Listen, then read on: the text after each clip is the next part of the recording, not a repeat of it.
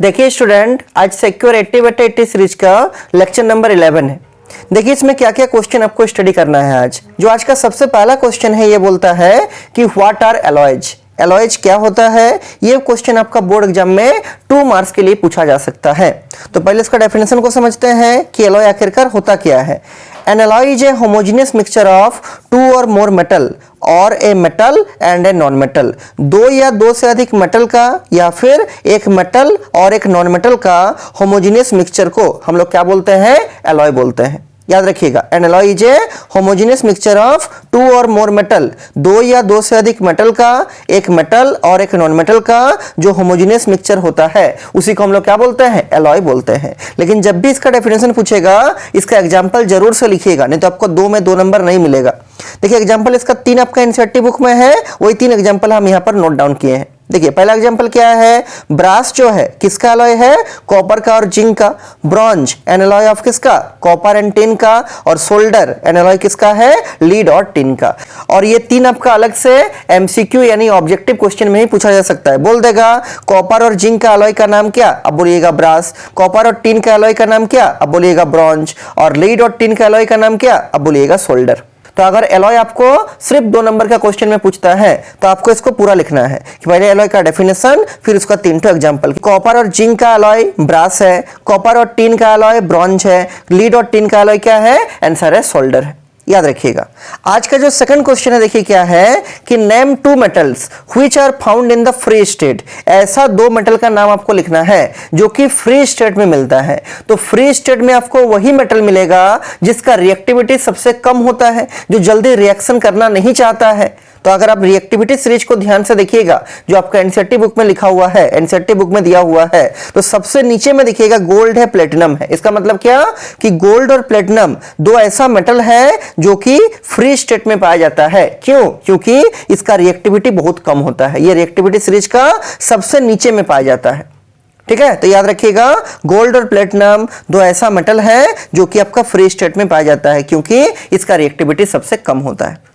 आज का question number 3 देखिए क्या है। क्वेश्चन नंबर 3 बोलता है कि which gas is produced when dilute hydrochloric acid is added to a reactive metal. अगर हम लोग डाइल्यूट हाइड्रोक्लोरिक एसिड को एक रिएक्टिव मेटल में ऐड करेंगे तो कौन सा आपका गैस निकलेगा। तो उसका आंसर क्या होगा कि जब हम लोग डाइल्यूट हाइड्रोक्लोरिक एसिड को कोई रिएक्टिव मेटल में ऐड करेंगे तो वहां से कौन सा गैस निकलेगा, आंसर है हाइड्रोजन गैस। वही लिखे हैं, when dilute hydrochloric acid is added to a reactive metal then hydrogen gas is produced. Hydrogen gas आपका वहां से निकलेगा।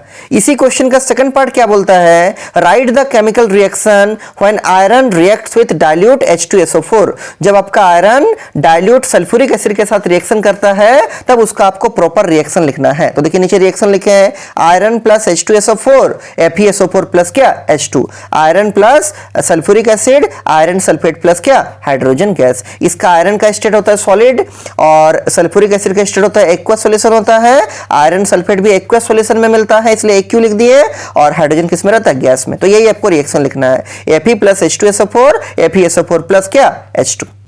तो इसको आप लोग अच्छा से प्रैक्टिस कीजिए आपका बोर्ड एग्जाम के लिए।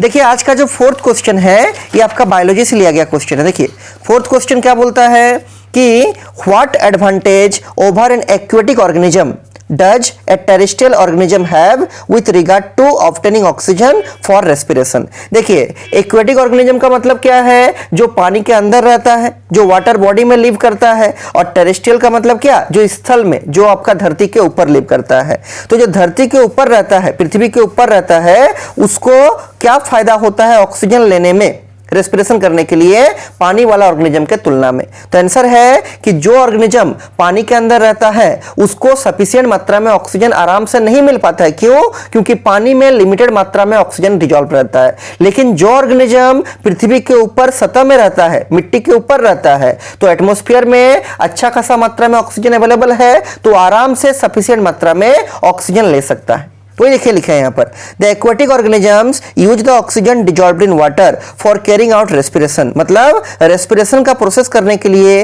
जो जलीय जीव है, जो एक्वेटिक ऑर्गेनिज्म है, जो पानी के अंदर रहता है, तो पानी में जितना डिजॉल्व्ड ऑक्सीजन है, पानी में जितना घुला हुआ ऑक्सीजन है, उसी ऑक्सीजन को लेता है रेस्पिरेशन का प्रोसेस को करने के लिए। कौन? Aquatic organism.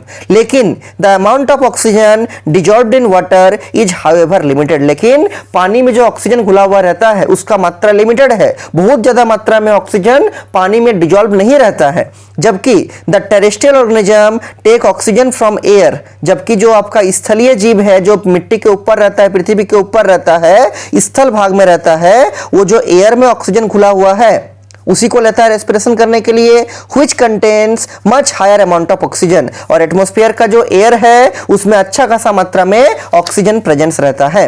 Thus, a terrestrial organism has an advantage over an aquatic organism। इसलिए जो स्थलीय जीव है उसको फायदा मिलता है जलीय जीव के तुलना में ऑक्सीजन लेने का पॉइंट ऑफ व्यू से, in regard to obtaining oxygen, because it is surrounded by an oxygen rich air from which it can take any amount of oxygen. जो स्थल जीव है, जो पृथ्वी के ऊपर रहता है, उसको फायदा मिलता है ऑक्सीजन लेने का पॉइंट ऑफ व्यू से जलीय जीव के तुलना में। क्यों? क्योंकि जो स्थलीय जीव है वो एटमॉस्फेयर का एयर से ऑक्सीजन लेता है और एटमॉस्फेयर का एयर में अच्छा खासा मात्रा में ऑक्सीजन प्रेजेंट रहता है, जिससे कि वो जितना चाहे उतना ऑक्सीजन बड़ा ही आराम तरीका से ले सकता है, बड़ा सिंपल वे में ले सकता है। कौन? जो स्थलीय जीव है, जो मिट्टी के ऊपर रहता है। किसके तुलना में? जलीय जीव के तुलना में।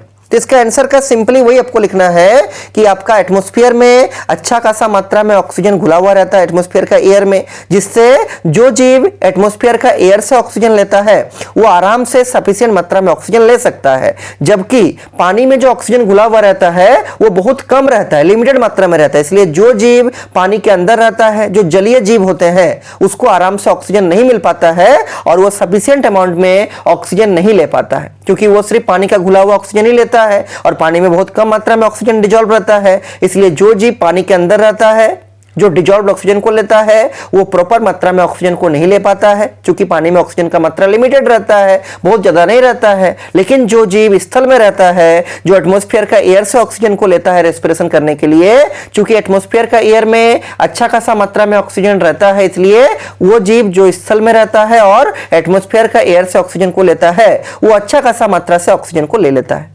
ठीक है, रेस्पिरेशन करने के लिए। वही उसका फायदा है जलीय जीव के साथ। अब देखिए आज का जो एमसीक्यू क्वेश्चन है ये आपका लाइट चैप्टर से लिया गया क्वेश्चन सब है। देखिए इसको तो हम ऐसे सॉल्व करके रखे हैं आपका टाइम बचाने के लिए, लेकिन इसको हम प्रॉपर्ली आपको लिख लिख के एक्सप्लेन भी कर देते हैं। देखिए क्या है, और ये सब क्वेश्चन को आप लोग पर डे कॉपी में लिखते रहिएगा, ठीक है। देखिए पहला क्वेश्चन है the focal length of plane mirror. Plane mirror का फोकल लेंथ क्या होता है? This is one of the most important question. तो प्लेन मिरर बिल्कुल आपका ऐसा प्लेन होता है, एक सरफेस कलरिंग होगा और एक सरफेस रिफ्लेक्टिंग होगा। क्योंकि ये बिल्कुल प्लेन है इसलिए इसका जो गोला वाला पार्ट है बहुत दूर में जाके कंप्लीट होगा, इसलिए इसका जो फोकल लेंथ होता है या जो प्लेन मिरर का रेडियस ऑफ कर्वेचर होता है, दोनों क्या होता है? इन्फिनिटी होता है। याद रखिएगा, प्लेन मिरर का फोकल लेंथ बोलने से भी इन्फिनिटी होगा और प्लेन मिरर का अगर आपको पूछता रेडियस ऑफ कर्वेचर तब भी क्या होता? इन्फिनिटी ही होता।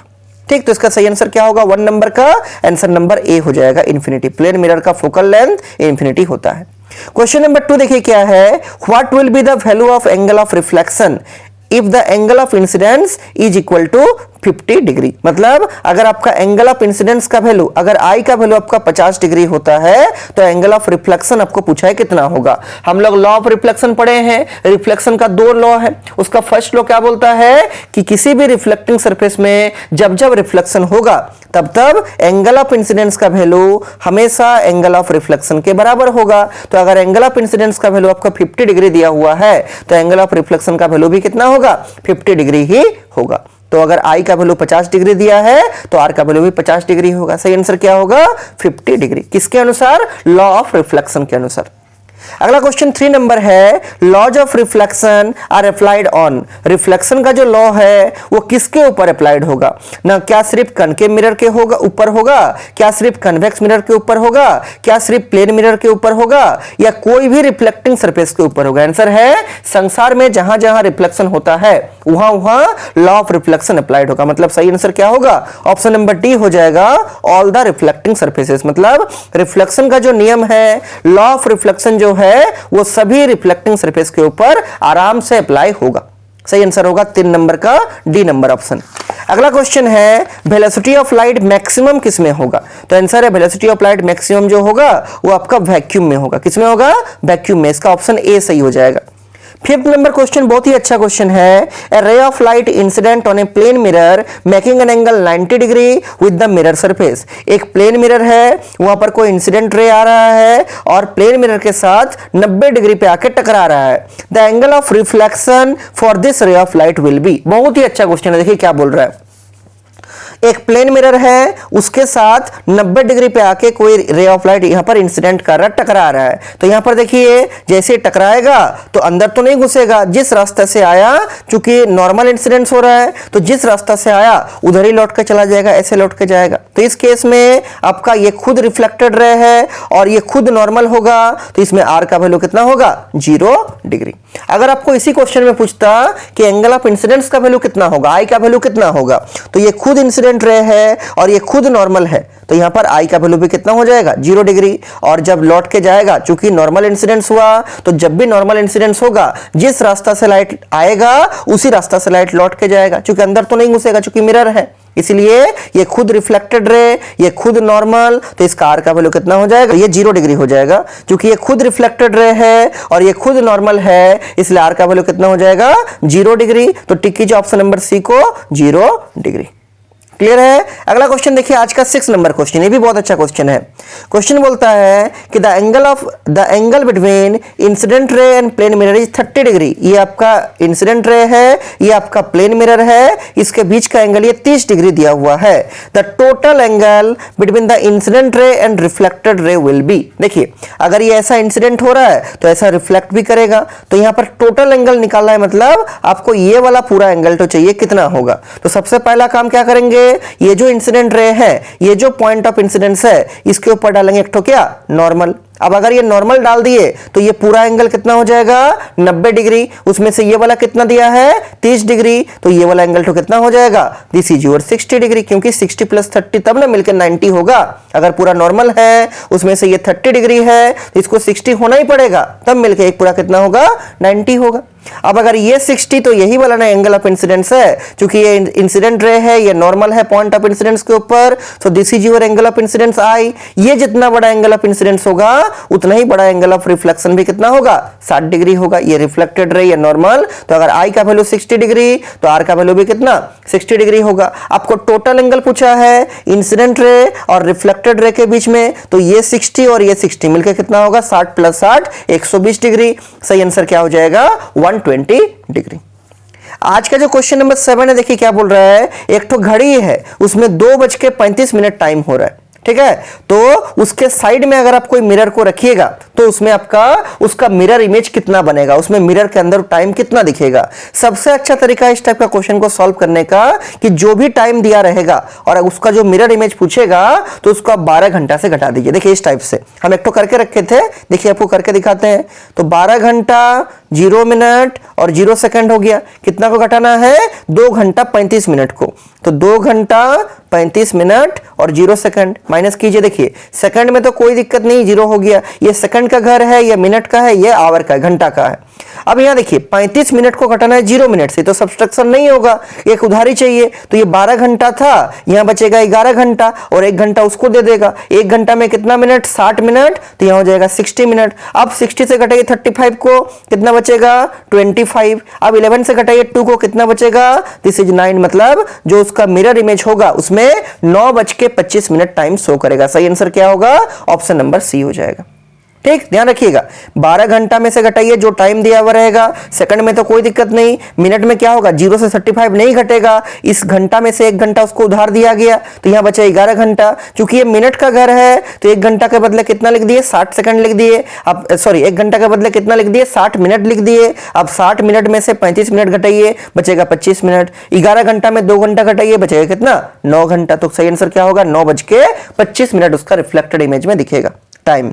अगला बहुत ही इंटरेस्टिंग क्वेश्चन है, डाइवर्जिंग मिरर क्या होता है। तो आपको मालूम होगा कि जो कन्वेक्स मिरर होता है, मान लीजिए ये आपका कोई कन्वेक्स मिरर है और ये वाला उसका रिफ्लेक्टिंग सरफेस है आगे वाला, तो यहां पर जो भी रे ऑफ लाइट, ये मान लीजिए उसका प्रिंसिपल एक्सिस है, यहां पर जो भी रे ऑफ लाइट आएगा उसको ऐसा रिफ्लेक्ट कर देगा, ऐसा डाइवर्ज कर देगा। जो भी रे ऑफ लाइट आएगा पैरेलल टू प्रिंसिपल एक्सिस उसको ऐसा डाइवर्ज कर देगा। इसलिए हम लोग कन्वेक्स मिरर को किस नाम से जानते हैं? आंसर है डाइवर्जिंग मिरर के नाम से, याद रखिएगा। अगला क्वेश्चन है, डाइवर्जिंग लेंस क्या है। तो आपको मालूम होगा कि जो कनकेव लेंस होता है वो कुछ इस टाइप से होता है, बीच में पतला, किनारे में मोटा होगा, और ये हो गया उसका प्रिंसिपल एक्सिस। और लेंस चूंकि थीन लेना है इसलिए बीच में लकीर ऐसा दिखा दिए। और अगर यहां पर कोई भी ray of light principal axis का पैरेलल आता है तो इसको ये डाइवर्ज कर देगा, ऐसे करके फैला देगा, डाइवर्ज कर देगा। ठीक, इसलिए हम लोग कनकेव लेंस को क्या बोलते हैं? डाइवर्जिंग लेंस बोलते हैं। अगला क्वेश्चन है, कन्वर्जिंग लेंस कौन सा है। तो कन्वर्जिंग लेंस का मतलब आंसर है कन्वेक्स लेंस। क्यों? क्योंकि अगर ये आपका कन्वेक्स लेंस है और ये प्रिंसिपल एक्सिस है, तो जब जब किसी कन्वेक्स लेंस में प्रिंसिपल एक्सिस का पैरेलल रे ऑफ लाइट आता है उसको एक पॉइंट की तरफ ऐसा मोड़ देता है, एक पॉइंट की तरफ ऐसा कन्वर्ज कर देता है। इसलिए हम लोग कन्वेक्स लेंस को किस नाम से जानते हैं? कन्वर्जिंग लेंस के नाम से। याद रखिएगा, जो डाइवर्जिंग मिरर है वो होता है कन्वेक्स मिरर, जो डाइवर्जिंग लेंस है वो होता है कनकेव लेंस, जो कन्वर्जिंग लेंस है वो होता है कन्वेक्स लेंस, और जो और एक नहीं लिखे इसमें क्वेश्चन, याद रखिएगा, जो आपका कन्वर्जिंग मिरर होता है वो कौन सा मिरर होता है? आंसर है कनकेव मिरर। कौन सा मिरर? Concave mirror. क्योंकि कनकेव मिरर में जो भी रे ऑफ लाइट आएगा, जैसे ये अगर कनकेव मिरर है, इसमें जो भी रे ऑफ लाइट आएगा प्रिंसिपल एक्सिस का पैरेलल उसको एक पॉइंट की तरफ कन्वर्ज कर देगा, एक पॉइंट की तरफ मोड़ देगा। इसलिए कन्वर्जिंग मिरर कौन सा होता है? Concave mirror. ये चारों क्वेश्चन आपका बोर्ड एग्जाम के लिए one of the most important question है। अगर डाइवर्जिंग मिरर बोलेगा तो बोलिएगा कन्वेक्स मिरर, अगर डाइवर्जिंग लेंस बोलेगा तो बोलिएगा कनकेव लेंस, अगर कन्वर्जिंग लेंस बोलेगा तो बोलिएगा कन्वेक्स लेंस, और अगर कन्वर्जिंग मिरर बोलेगा तो क्या बोलिएगा? Concave mirror. तो ये आज का लेक्चर नंबर, ये सारा क्वेश्चन को आप लोग ध्यान से कॉपी में लिख लीजिए आज कोई, और इसको अच्छा से बोर्ड एग्जाम के लिए प्रैक्टिस भी कर लीजिए। ठीक।